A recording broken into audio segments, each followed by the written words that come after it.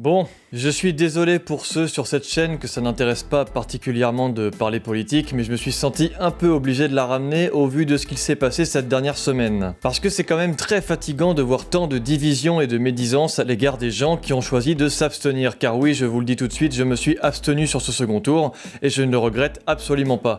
C'est un choix qui peut paraître incompréhensible pour certains et c'est pour ça que je fais cette vidéo. Car quand j'entends ces pseudo-philosophes de télé de comptoir, ces directeurs de rédaction et issus de l'empire médiatique, ces journaux qui viennent lécher le popotin de Macron en jouant avec la peur des gens, je me dis qu'il y a quand même des choses à dire. Mais j'aurais aussi des choses à dire sur ce mépris envers les abstentionnistes, comme l'a notamment fait d'ailleurs Tatiana Ventose, qui est une analyste politique dont j'aime beaucoup le travail, mais qui s'est semble-t-il fait submerger par ses émotions et sa haine en choisissant de voter Le Pen, ce qui pour moi n'était pas une solution non plus, et a choisi de délibérément mépriser, comme tous les macronistes, ceux qui n'ont voulu d'aucun des deux. Alors je vais citer ici Histoire de ta bêtise, c'est un livre de François Bégodeau qu'il a sorti il y a un temps après les élections de 2017, où il démontre très bien pourquoi cette idée de barrage à l'extrême droite par le vote est une absurdité, et pourquoi la classe bourgeoise a évidemment tout à gagner et à garder Macron au pouvoir. Bref, je vais essayer d'y aller franco et de ne pas perdre trop de temps à déblatérer ce que tout le monde sait déjà sur le quinquennat de Macron qui fut une catastrophe écologique, économique et sociale, donc je commence par une citation. Je vous lis déjà la 4e page de couverture pour que vous voyez de quoi parle le livre. Tu es un bourgeois, mais le propre du bourgeois, c'est de ne jamais se reconnaître comme tel. Petit test. Tu votes toujours au second tour des élections quand l'extrême droite est qualifiée pour lui faire barrage.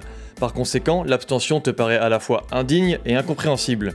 Tu redoutes les populismes, dont tu parles le plus souvent au pluriel. Tu es bien convaincu qu'au fond, les extrêmes se touchent. Naturellement, tu dénonces les conflits d'intérêts, mais tu penses qu'en voir partout relève du complotisme. Tu utilises parfois, souvent, dans une même phrase, les mots racisme, nationalisme, xénophobie et repli sur soi, et tu leur préfères définitivement le mot ouverture. Si tu as répondu oui au moins une fois, ce livre parle de toi. Prends le risque de l'ouvrir. Et voici l'extrait en question pour commencer la vidéo. Si d'aucuns te concernant parlent à tort de pensée unique, c'est qu'ils s'expriment depuis ta droite et donc rechignent au lexique de la domination.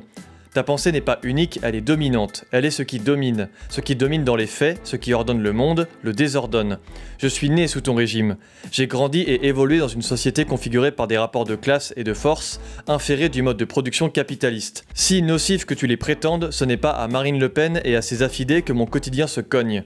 Ce n'est pas dans les coordonnées du fascisme que mon corps est paramétré. Ce n'est pas le fascisme qui détruit la petite paysannerie. Ce n'est pas une coalition de gouvernements d'extrême droite qui extermine les poissons, qui impose à tous le chantage à l'emploi, qui tôt le matin parque des corps amers et hagards dans des RER, qui impose à une caissière des journées 9-13h, 17-22h, qui esclavagise la moitié de la planète pour mettre l'autre au chômage, transforme en GPS les ouvriers d'entrepôt, m'oriente par algorithme, privatise la santé et les plages, flique les chômeurs, bourre les pauvres de sucre, bourre tout le monde de perturbateurs endocriniens, soustrait 100 milliards par an au fisc. Ce n'est même pas le fascisme, tiens, qui discrimine les arabes à l'embauche, couvre les crimes racistes de ses flics, impose la tête nue à des lycéennes musulmanes, renvoie des migrants vers la guerre. L'extrême droite, même forte, n'est pour rien dans ses saloperies effectives. Elle n'y participe que par où il t'arrive, à Calais ou ailleurs, de préfigurer son règne. Tu me demandes d'apporter mon suffrage aux forces concrètement aliénantes pour freiner un mouvement qui, en l'état, n'opprime que le cerveau de ses partisans. Tu me demandes de faire barrage à un fleuve à sec en grossissant le torrent en cours. À cette objection, ta réponse s'est répandue comme un sermon. Pour l'instant, l'eau du fleuve fasciste dort, mais méfiance. Le pire est presque sûr, la prochaine sera la bonne, etc. D'où la boule, au ventre. Et l'urgence de prévenir la maladie avant qu'elle ne se déclare. Selon ton habitude, tu te détournes de ce qui est au profit de ce qui pourrait être. Tu spécules au lieu d'observer. Ce pli spéculatif entre pour beaucoup dans cette manière de vacuité que j'ai l'outrecuidance d'appeler bêtise. Interrogé début 2018 par un animateur de télé organique, tu parles encore de laisser sa chance à Macron. Ce sauveur a déjà eu le temps de bousiller le code du travail, de fragiliser l'office HLM, de supprimer l'ISF, d'entériner le CETA, de pérenniser le glyphosate, de vendre comme tout le monde des armes aux Saoudiens, et tu en parles encore comme d'une promesse, en toutillant d'un lexique impressif, atmosphérique, humoral. Et je trouve que ce premier extrait résume particulièrement la bêtise de ces élections. Et encore, il a sorti ce bouquin avant la crise des Gilets jaunes. Je me sens moi de gauche dans mes idées et mes convictions politiques. Et Macron et son gouvernement sont pour moi du coup de véritables ennemis du pays qui n'ont cessé de détruire à coups de réformes capitalistes le monde du travail au profit de la loi du marché. Ce sont des millions de pauvres en plus, des scandales à n'en plus finir entre la corruption d'État avec Benalla, il nous avait même dit d'ailleurs qu'ils viennent me chercher. On a revoté pour un type comme ça. La terrible affaire McKinsey avec ses cabinets payés par nos impôts pour aider le président à prendre des décisions. Tout cet argent mystérieusement disparu en déclarant son patrimoine. Tous les scandales de ces politiques avec le homard, les dîners clandestins, les accusations de viol. Le mépris qu'il a eu pendant 5 ans envers les prolétaires, envers les classes populaires. Et un programme écologique totalement absent avec des ministres qui n'ont cessé de se passer le relais. Bref, Macron et sa politique sont un ennemi du pays et le nier sous fond de confort personnel, c'est une illusion qui est purement bourgeoise. Big news, ce n'est pas parce que ton quotidien se passe bien que la France va bien. Vous avez voté par peur de Le Pen contre ce genre de gouvernement. Alors je ne peux pas en vouloir aux gens, la montée de l'extrême droite n'est effectivement pas normale dans un pays qui a des convictions qui sont pour moi profondément de gauche. Une redistribution plus équitable, une égalité plus sociale, plus concrète, une retraite bien avant 65 ans, etc. Mais j'en veux à ces Attali, ces Enthoven, ces Glucksmann, Libération, ces immondes tocards bourgeois qui n'ont cessé de hurler sur la politique de Macron, mais qui lui caressent gentiment les pieds quand le pire est devant notre porte. Le pire, oui.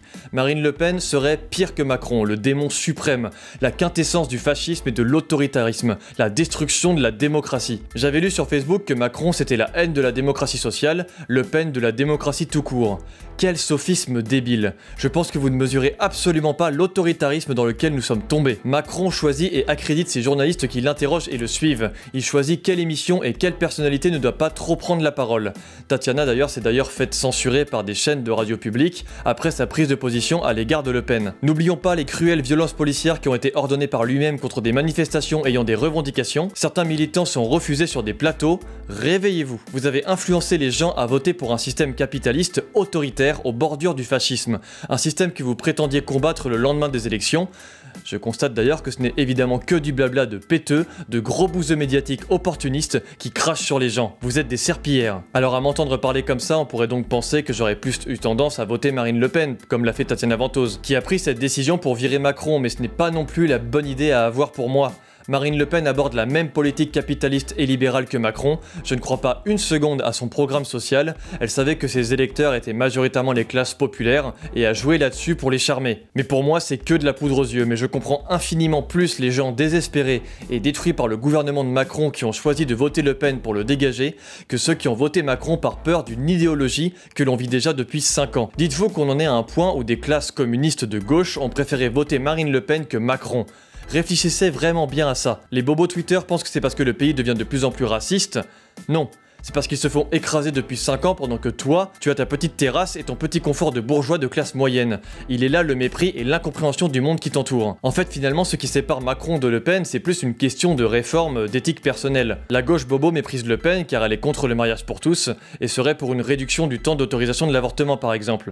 Mais là où je trouve le seul argument favorable réellement à voter pour Le Pen, c'est qu'elle aurait eu beaucoup plus de contre-pouvoirs. Que ça soit les députés à l'Assemblée ou même les médias castors qui auraient fait campagne le plus possible pour que le moins de réformes ne passent. Et pour moi, c'est une évidence que des lois telles que le mariage pour tous ou le droit à l'avortement n'auraient pas pu être supprimées justement grâce à ce contre-pouvoir. A l'inverse de la Hongrie par exemple, qui a un gouvernement entier d'extrême droite depuis maintenant un moment, la France, elle, n'aurait pas laissé passer ces choses-là. Macron, en revanche, il a tous les pouvoirs, tous les possesseurs milliardaires des médias comme Libération, tu parles d'une presse de gauche, mais de tant d'autres, et la majorité à l'Assemblée seront de son côté. Avec un Bruno Le Maire, sans doute le pire ministre de l'économie que nous ayons eu, qui, à peine Macron réélu, n'exclut pas l'imposition du 49.3 pour la réforme des retraites. Vous méprisez les faits aux idées, et là-dessus je vais reciter Bégodeau. Au long de 2016, tu as répandu ta peur que Trump devienne président. Et depuis qu'il l'est, tu es aussi peu attentif à la vie politique américaine qu'à l'exécution du Brexit mis par toi dans le même sac horrifique.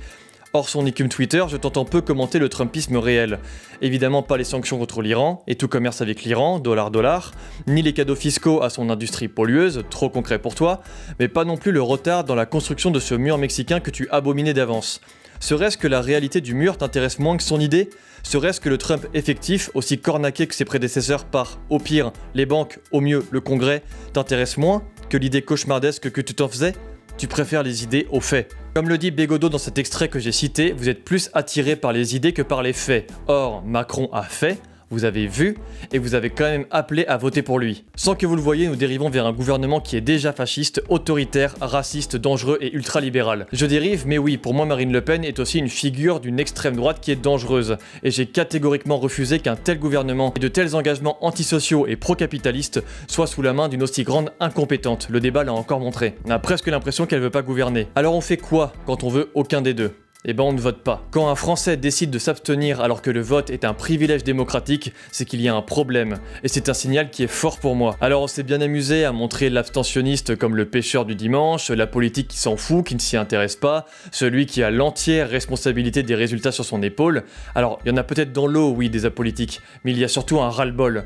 Un ras-le-bol de ces élections prévisibles où des personnalités méprisées par une grande partie de la population se retrouvent malgré tout en tête de tous les sondages des mois avant. Un ras-le-bol de cette propagande médiatique où on a l'impression que chaque vote contestataire est vain. Un ras-le-bol de ce système capitaliste qui commence à montrer des failles que même le non-expert en économie voit de ses propres yeux et subit. L'abstention étant comptabilisée, elle est pour moi la meilleure forme de contestation sociale lors d'une élection présidentielle. N'en déplaise à Madame Tatiana qui a, comme beaucoup de classes populaires, fait finalement la même démarche que ceux qui ont voté Macron, faire barrage au pire. Mais le pire, il est partout, il est acté, ancré dans la politique de notre pays. Alors oui, arrêtons de nous mépriser, de nous insulter. La France n'est pas devenue raciste, elle est fatiguée d'être ignorée et croit de moins en moins à la politique.